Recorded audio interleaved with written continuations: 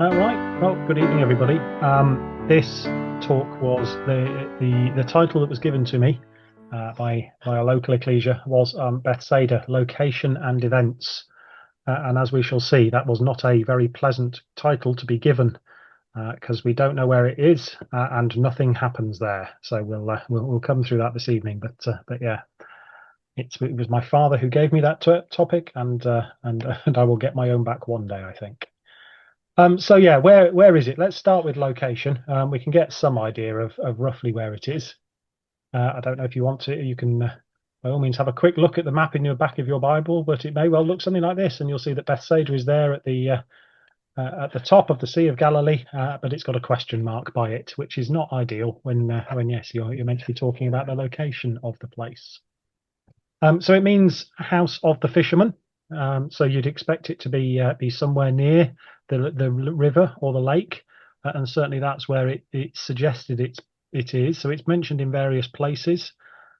Pliny the Elder, he puts Bethsaida on the eastern side of the Sea of Galilee, so that's not a bad option. The historian Josephus says that the town of Bethsaida, which during Roman times it became known as Julius, after Julia, I think, after Julius Caesar, I think.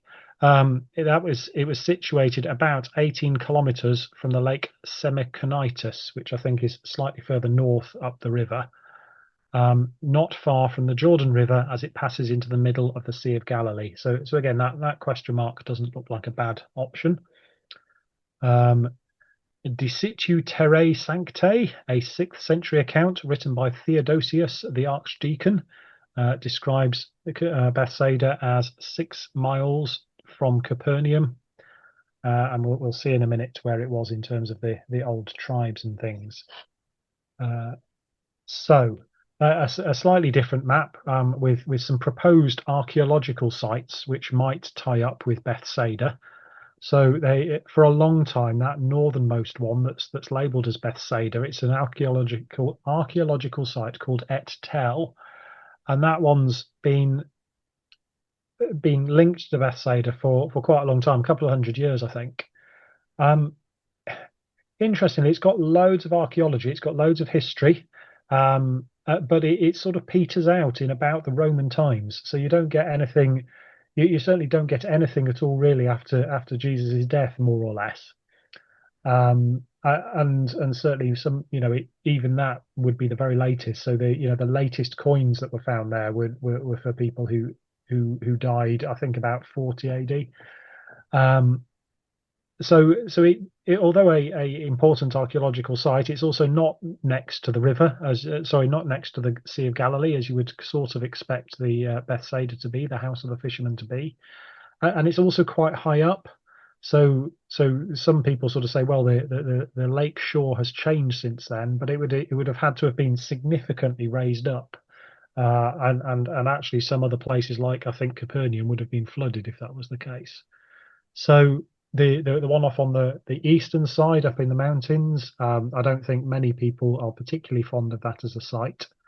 And then El Araj, the one that's on the coast itself, is a more recent discovery. So certainly last 10 or 15 years, I think. But the archaeology there is very much Roman, of the right sort of period. And obviously it's in the right sort of area as described by the various people who've recorded it. And certainly to my mind, that seems quite sensible. If you've listened to, or if you talked to Alistair and Alison Firth about their holiday in Israel recently, that was the site that they went to, and they found a German archaeologist digging, and he was very happy to give them a talk and a bit of a tour of the site. So they're in my corner on that one as well.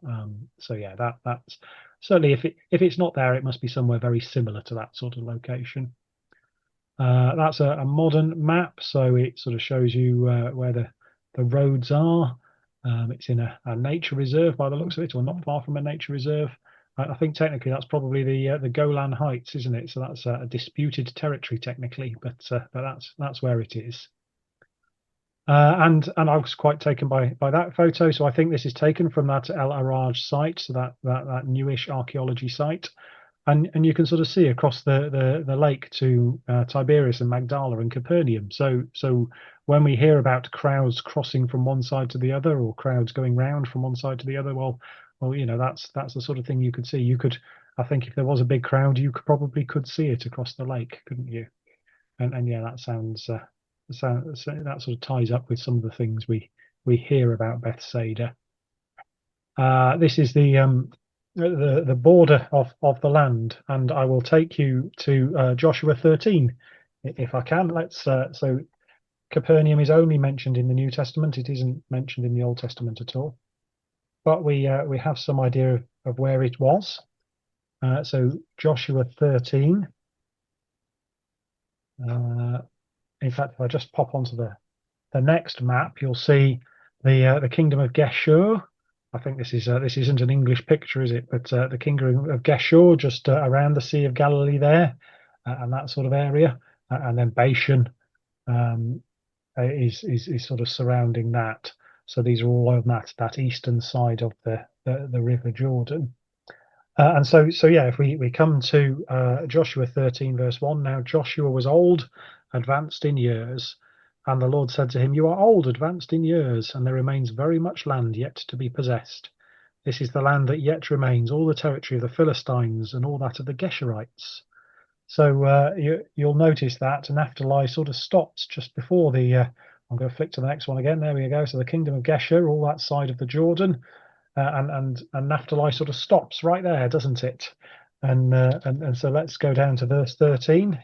Joshua said, "Look, you need to do this."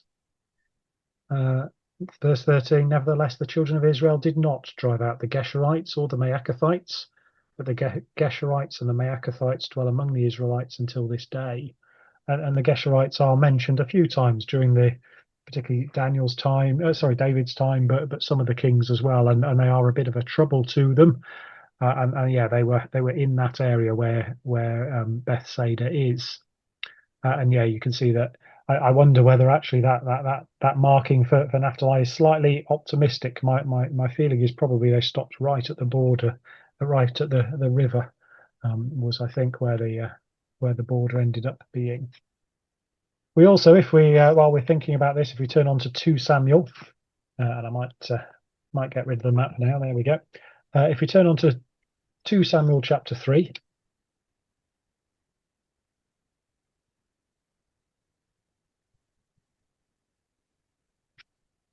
2 Samuel chapter 3 and verse 3, or verse 2, I suppose. Sons were born to David in Hebron. His first was Amnon by Ahinoam the Jezreelitess. His second, Chileab, by Abigail, the widow of Nabal the Carmelite. The third, Absalom, the son of Maacah, the daughter of Talmai, king of Geshur. And so that's who Absalom's mother was. He was the son of Maacah, the daughter of Talmai, king of Geshur. So he was the grandson. Does that make him of the king of Geshur? And so that's where Absalom came from. And so then when he has some family trouble in chapter 13, so he's killed Amnon, hasn't he? He's killed the one of David's other sons. He flees in verse 34. And where does he go to? Verse 37. But Absalom fled and went to Talmai, the son of Ammihud, king of Geshur. And David mourned for his son every day. So he's gone back to his granddad. So Absalom fled and went to Geshur and was there 3 years. So he's gone back to Geshur, which is that, as I say, I think it's that northern site which has been identified as Bethsaida, but seems unlikely. But that's where Absalom went to. Verse 39. King David longed to go to Absalom, for he'd been comforted concerning Amnon because he was dead. So that's where David longs to go. David wants to go to this capital city of Geshur, to this area where Bethsaida is.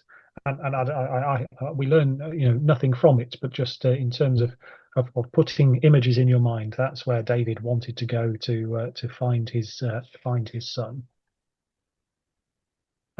And so yeah, that's all we'll do in the Old Testament, really. Let's have a look at the New Testament, and we'll try and pick up the few references. There's 4, possibly 5, I think, in the New Testament. We'll try and pick them up chronologically. So the Gospel of John in chapter 1 is the first, and yeah, because there are few mentions, we will go through them all. We will even try and make one up. You can choose to believe me or not, but there's certainly one which I think probably did happen in the same sort of area as well. So John chapter 1, verse 43. The following day, Jesus wanted to go to Galilee, and he found Philip and said to him, "Follow me." Now Philip was from Bethsaida, the city of Andrew and Peter. Philip found Nathanael and said to him, "We have found him of whom Moses in the law and also the prophets wrote, Jesus of Nazareth, the son of Joseph." And so we learn that Bethsaida was the home of Philip and Peter and Andrew. So they all definitely came from there. But we don't know whether Nathanael came from there or not. But he seems to be quite good friends with Philip, doesn't he? And we know that he came from Cana in Galilee. We'll hit that reference later, I think. However, I wonder whether he also came from Bethsaida. Certainly, I think we'll also find Philip and Nathanael together later on in one of the references that we turn to. So the three of the 12 disciples were definitely from Bethsaida. And possibly one or two more as well. It's possible, but it's certainly a city which some of the disciples felt at home in. It's presumably a town which Jesus knew quite well. We'll come to that in a minute. But yeah, we hear very, very little about it, and we have, as I said, no record of things happening inside Bethsaida. And so yeah, it's an interesting one. So that's the first reference. The second one is Matthew 11, which we had as a reading. And this is the one that really sets the scene for what Bethsaida is to us. And so we started in verse 20. Then Jesus began to rebuke the cities in which most of his mighty works had been done, because they did not repent. And let's just stop there a minute. So he's going to go on to talk about Chorazin, Bethsaida, and Capernaum. But these are the cities in which most of his mighty works had been done. Now that's an interesting and possibly slightly frustrating phrase, isn't it? I'll read you from John 21. No need to turn to this one because you will recognise it. But in John 21, John ends with, "And there are also many other things that Jesus did, which, if they were written one by one, I suppose that even the world itself could not contain the books that would be written." And what do we have? We have of Bethsaida, Chorazin, and Capernaum, the cities in which most of his mighty works had been done. So that could have been mighty works up till now, in which case there's been quite a lot. He's a year and a half into his ministry or thereabouts. So you've had the nobleman's son healed. You've had demoniac healed on the Sabbath day. You've had the curing of Peter's mother-in-law. You've had a leper healed. You've had a paralytic healed. You've had a lame man in Jerusalem healed. A man with a withered hand. Multitudes healed. You've had before this point. The widow's son was raised from the dead. The centurion's servant was healed. All sorts of things chronologically have likely happened before now. And yet most of these were done in these cities, and we have not one episode recorded in Bethsaida. And so it's frustrating, isn't it? And when John says there's all these extra books, you wonder how many were written about Bethsaida or could be written about Bethsaida, and they've just been ignored because Bethsaida didn't repent, and so it was going to be offered up as a symbol for us and for the people to say this is the wrong way that you should behave. And so yes, I don't know whether it was most of it. So half the total of his total works from the beginning of his ministry to the end, or just up to this point. But either way, that's a significant proportion of miracles that are not being recorded for us. And why not? Because they did not repent, it says. So it's nice and simple. They didn't respond to these miracles that were meant to tell them who he was. And having understood that, they should have repented, and they didn't. And so what's recorded? Well, verse 21, "Woe to you, Chorazin! Woe to you, Bethsaida! For if the mighty works which were done in you had been done in Tyre and Sidon, they would have repented long ago in sackcloth and ashes. But I say to you, it will be more tolerable for Tyre and Sidon in the day of judgment than for you. And we'll come back to that in a minute, just to catch up. And you, Capernaum, who are exalted to heaven, will be brought down to Hades. For if the mighty works which were done in you had been done in Sodom, it would have remained till this day. But I say to you, it shall be more tolerable for the land of Sodom in the day of judgment than for you. And so these three cities, Chorazin, Bethsaida, and Capernaum, well, we have an idea of where Capernaum is. We may well now have an idea of where Bethsaida is, but it's not for certain. Capernaum worries me slightly, actually, because we're very sure we think we know where it is. I've not looked at the evidence, so I'm not sort of going to confirm or deny it. But there is one reference in the Gospel saying that Capernaum was the other side of Jordan, and at every other mention of the other side of Jordan is talking about that eastern side, and so it is possible that we don't know where Capernaum is, although there is a site that is well signposted as it. But certainly the other two cities, we don't know where they are anymore. And what does he say? For if the mighty works which were done in you had been done in Tyre and Sidon, they would have repented long ago. And also we hear that Tyre and Sidon, it will be more tolerable for them in the day of judgment than you. So we sort of get this hint that there'll be people in Tyre and Sidon who will respond to his message, don't we? And actually we see that through the Gospels. So if we just pick that up in Matthew 15, for example, Matthew 15 verse 21, we won't read the whole of this little section, but Jesus goes to Tyre and Sidon in verse 21, and he meets a Gentile woman, doesn't he, who wants him to cure her daughter. And he said, no, I'm not allowed to go to anyone but the lost sheep of Israel. And she said, and then he says in verse 28, it is not good to take the children's bread and throw it to the little dogs. So that's not a polite thing to say, is it? I'm not allowed to take this thing from Israel and throw it to you dogs. It's really quite extreme language he's using. Verse 27, and she said, yes, Lord, yet even the little dogs eat the crumbs which fall from their master's table. She was aware of her station.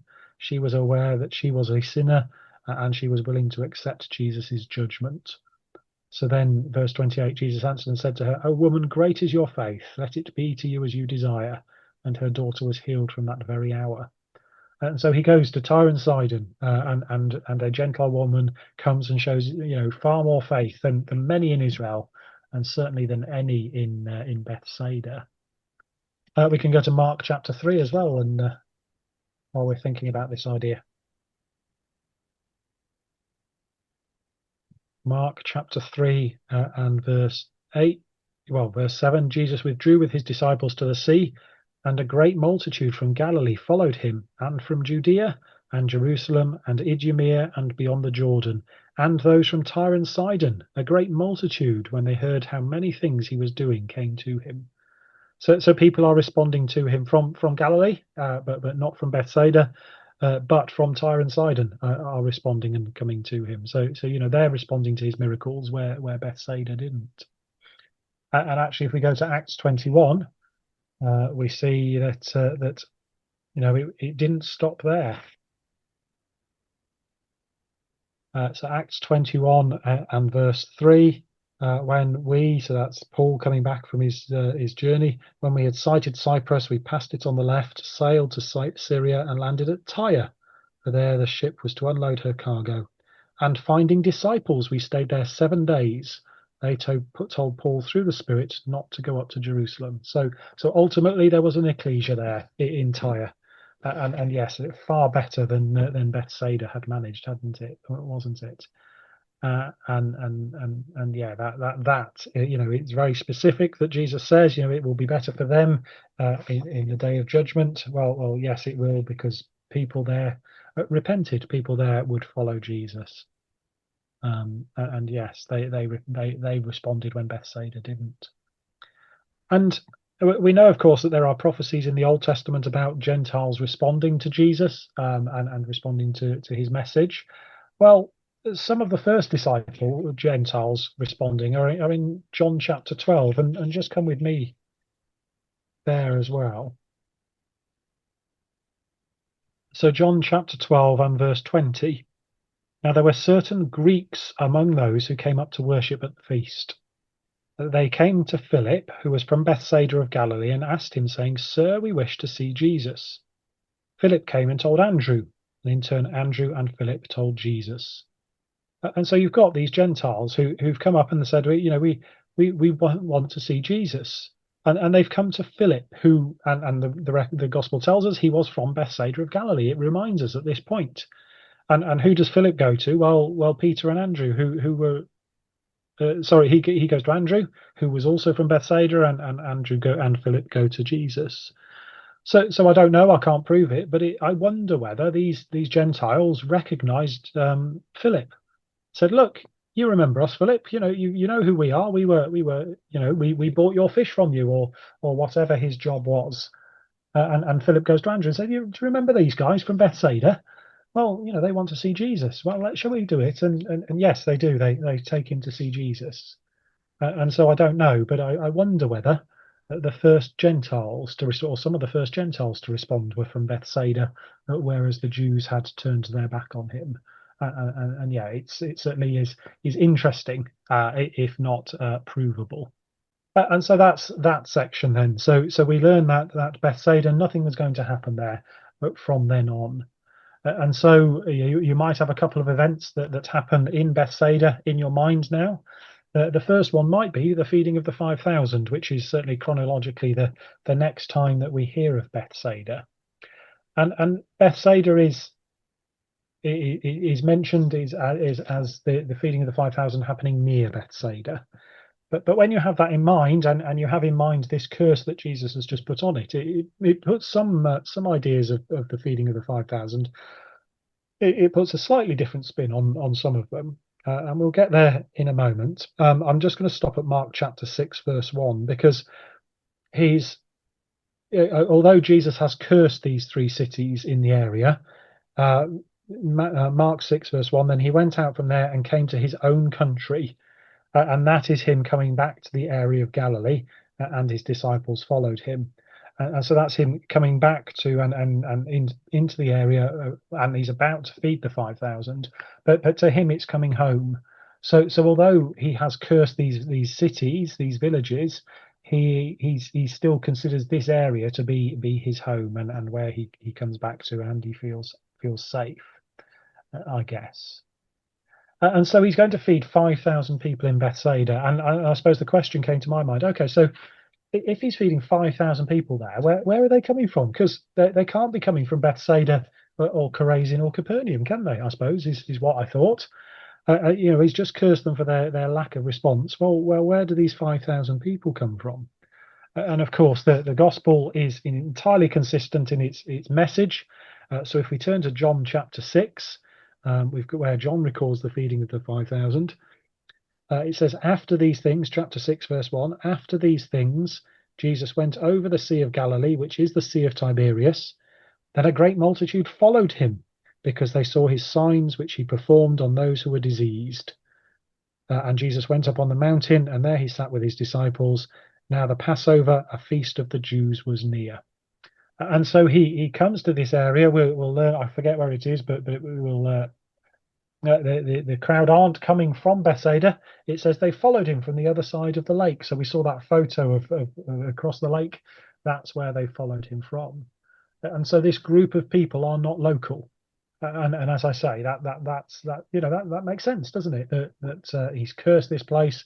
They're not going to respond, and so this great multitude of people, they're going to come in from elsewhere, and Jesus is going to perform this miracle at this time. And he says in verse 5, Jesus lifted up his eyes, and seeing a great multitude coming towards him, he said to Philip, where shall we buy bread that these may eat? And so he says to the local boy, doesn't he? A bit of local knowledge. Where should we go and buy bread? Verse 6, but this he said to test him, for he himself knew what he would do. And we need to pick up the rest of this conversation in one of the other Gospels. So let's go to Luke chapter 9 a moment.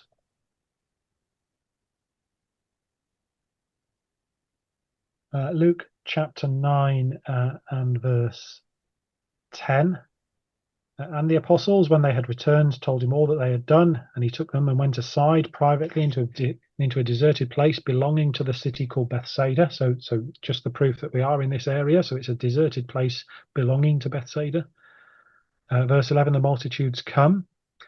And then verse 12, when the day began to wear away, the 12 came to him and said to him, "Send the multitude away, that they may go into the surrounding towns and country and lodge and get provisions, for we are in a deserted place here." And I've always read this as, let's send them into the surrounding towns. That would be sensible. They can find some food, they can find somewhere to lodge. It's a big group of people to be sending into some quite small towns. But there's some sense there, isn't there? But the disciples have heard him curse these local towns. So you've got Bethsaida nearby, you've got Chorazin, which probably is nearby. It's likely to be just slightly north and west of Capernaum and Bethsaida. You've got Capernaum itself, which is about 6 miles away or thereabouts. And so where are the disciples saying to send this multitude? Well, they're saying send them into Bethsaida, amongst other places. This place which has been cursed. And so it's no longer just sending them away from Jesus. It's sending them into a place which actively has rejected Jesus and has refused to respond to his message. And so they're saying, send them into this godless place. And Jesus is, I mean, I don't think I've ever doubted what, I've never questioned why he did this, but even so, it sort of emphasizes why Jesus says, no, they must stay here. And I think the sequence works as he said to Philip, to test him, the local boy, what shall we do? And he said, you know what, we haven't got the ability to buy enough bread. And he hasn't said send them into the city, and he hasn't said don't send them into the city. But then the rest of the disciples come and they say, well, let's send them into the surrounding towns. And Jesus has said, not a chance. That's entirely the wrong thing to do. And then he says to them in verse 13, you give them something to eat. And they said, we have no more than 5 loaves and 2 fish, unless we go and buy food for all these people. And maybe Philip's conversation fits in there instead, actually. But yeah, there's no more. There's not enough money to do that anyway. And so Jesus sits them down and he breaks the bread and he breaks the fish and he feeds all the people. And so that it's Jesus saying, look, if you come to me, I will do miracles and I will show you who I am and I will provide for you. And I will provide you the bread of life, won't I? And I will provide my own harvest. The bread and the fish both needed to be collected, to be farmed, to be processed. And Jesus says, "Do you know what? I will bring my own harvest. I'll come to this deserted place by this cursed town, and I will bring my own harvest of people with me, and they will all come and they will flock to me, because I am the Son of God." He's saying, isn't he? And so they are convinced. I apologize. We don't go back to John, but the crowd are so convinced of what happens that they want to make him king at this point. So this is where Jesus has to escape up to the mountain, because now is not the time for him to be king. And so yeah, they're in this area by Bethsaida, and he says, "No, I'm going to provide food for them."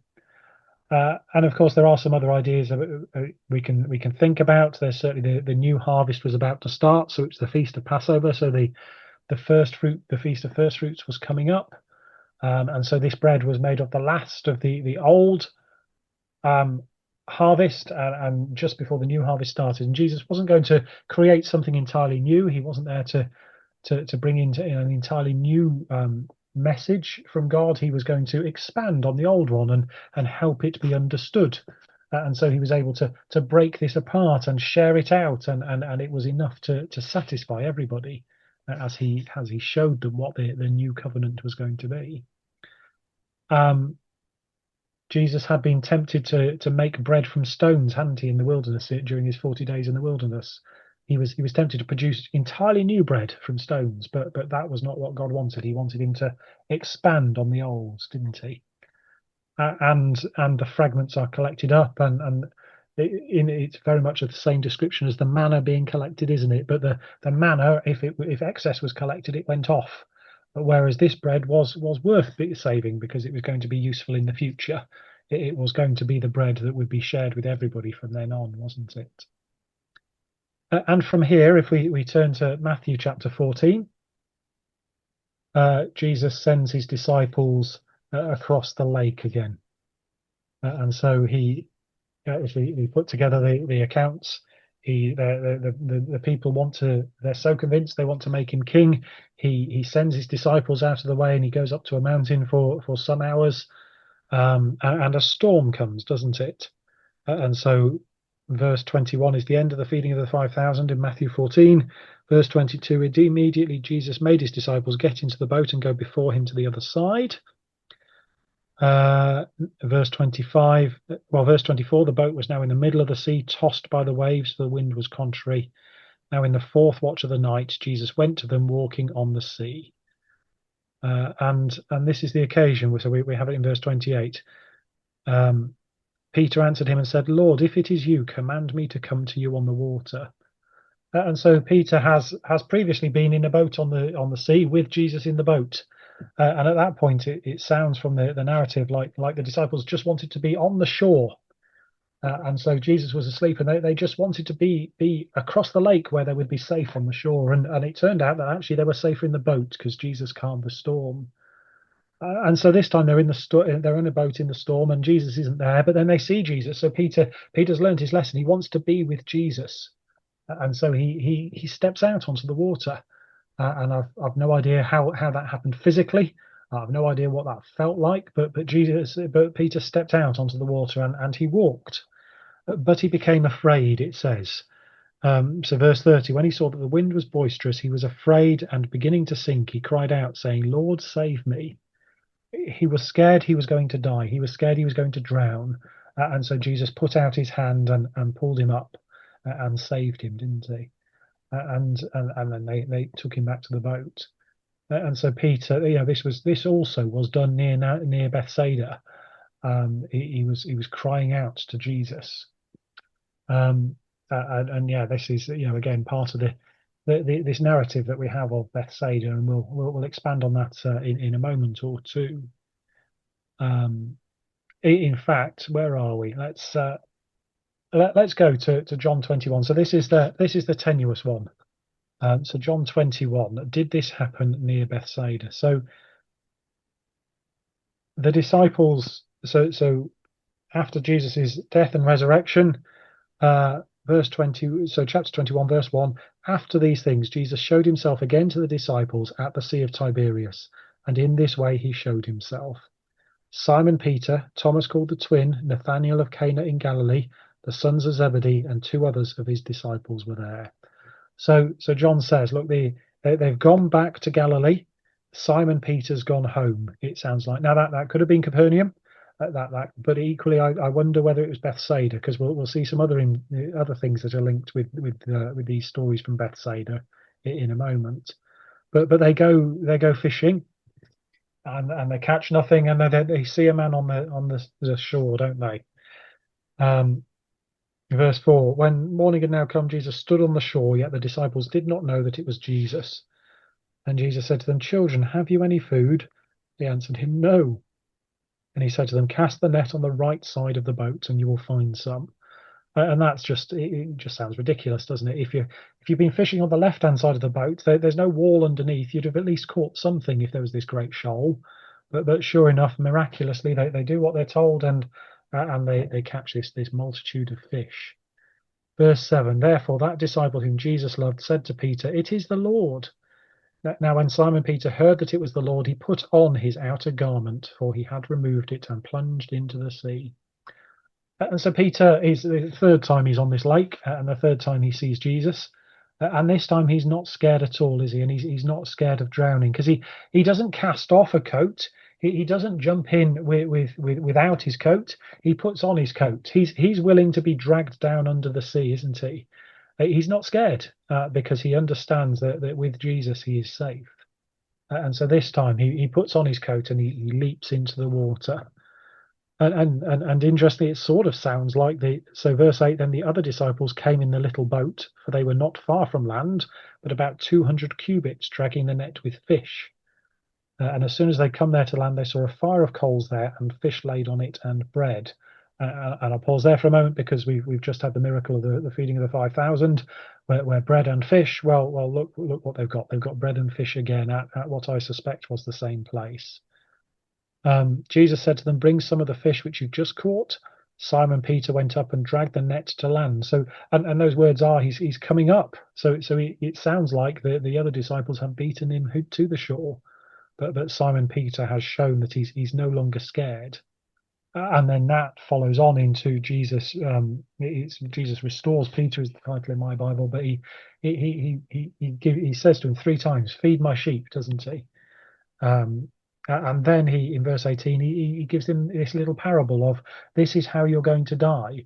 And Peter isn't scared by that anymore. He was scared previously when Jesus was at his trial and Peter denied him 3 times. But this time, Peter says, okay, so you're telling me I'm going to die, I'm going to be led to an execution. Well, that's all right. I can still work for you. And so we have Peter here, having learned his lesson.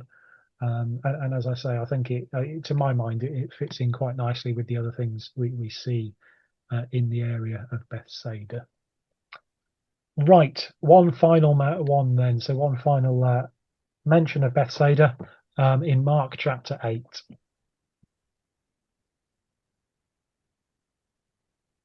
So Mark chapter 8, verse 22, there's a little heading in my Bible. A blind man healed at Bethsaida. So, bang goes my theory. Nothing happening at Bethsaida, doesn't it? Verse 22. Then he came to Bethsaida, and they brought a blind man to him and begged him to touch him. So he took the blind man by the hand and led him out of the town. So nothing happens at Bethsaida. I'm quite sure of that. He meets him very close to Bethsaida, doesn't he? In my mind, he's at the gate of Bethsaida, and they bring this man to him. I can't prove that, but it certainly sounds right, doesn't it? And to be healed, this man has to come away from this city. This is an unreligious city, and nothing good can happen there. And so Jesus has to take him away to heal him. And what does he do? So halfway through verse 23, when he had spit on his eyes and put his hands on him, he asked him if he saw anything. And he looked up and said, "I see men like trees walking." And he put his hands on his eyes again and made him look up, and he was restored and saw everyone clearly. Then he sent him away to his house, saying, "Neither go into the town nor tell anyone in the town."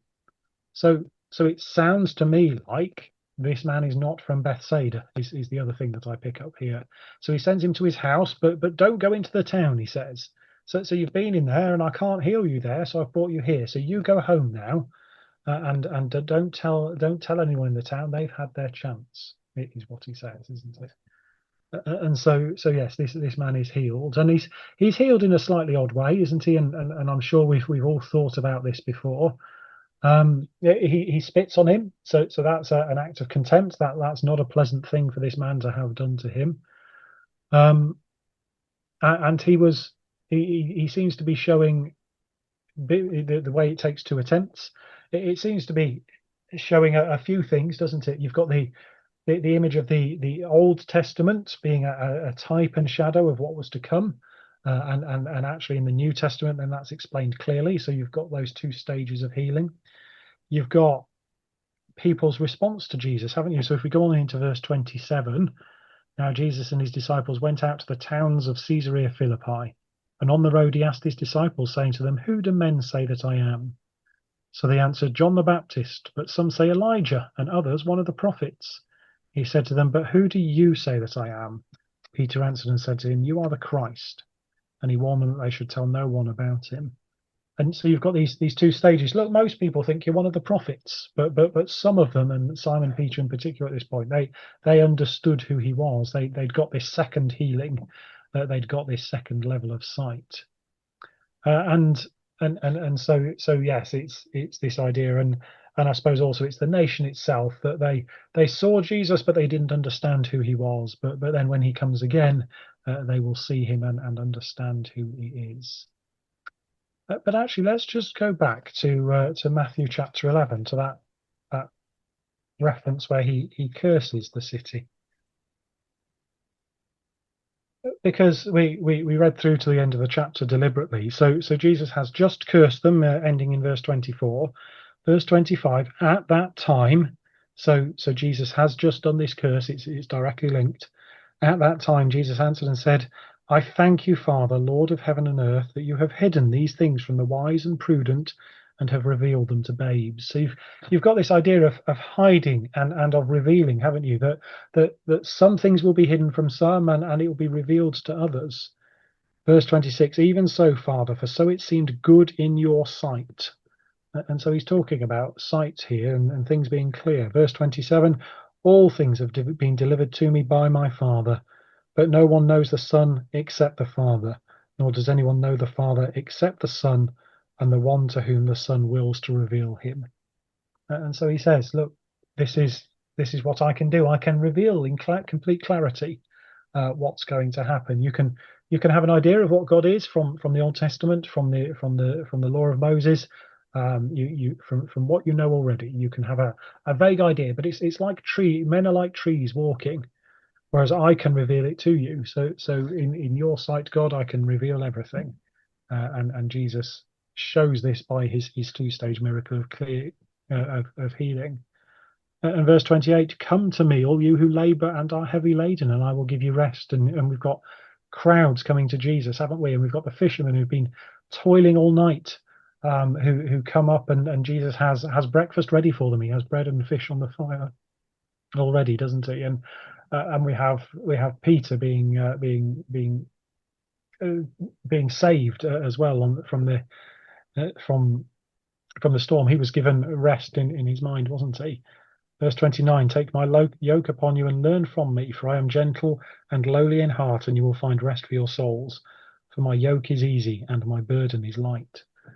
So Jesus says to these people, and I think it's, as I say, I think it's entirely consistent throughout all the things that he does, that these things happen, that you've got the city is cursed and people just have this one chance.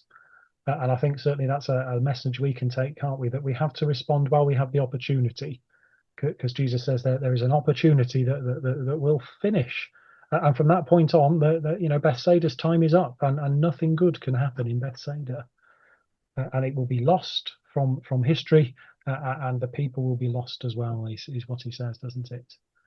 We've also, I think, got a message of who do we associate with. We've got to be careful of our surroundings, haven't we? So Jesus said to the multitude, or said to his disciples, don't send the multitude into the city. He said to this man who was going to be healed, you need to come out of the city and don't go back.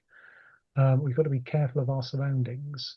And also in my mind, and I suspect I've said this to you before, we've got the brilliant consistency of the gospel message, haven't we? That this town that didn't respond, where Jesus said, this is your chance, and you've blown it.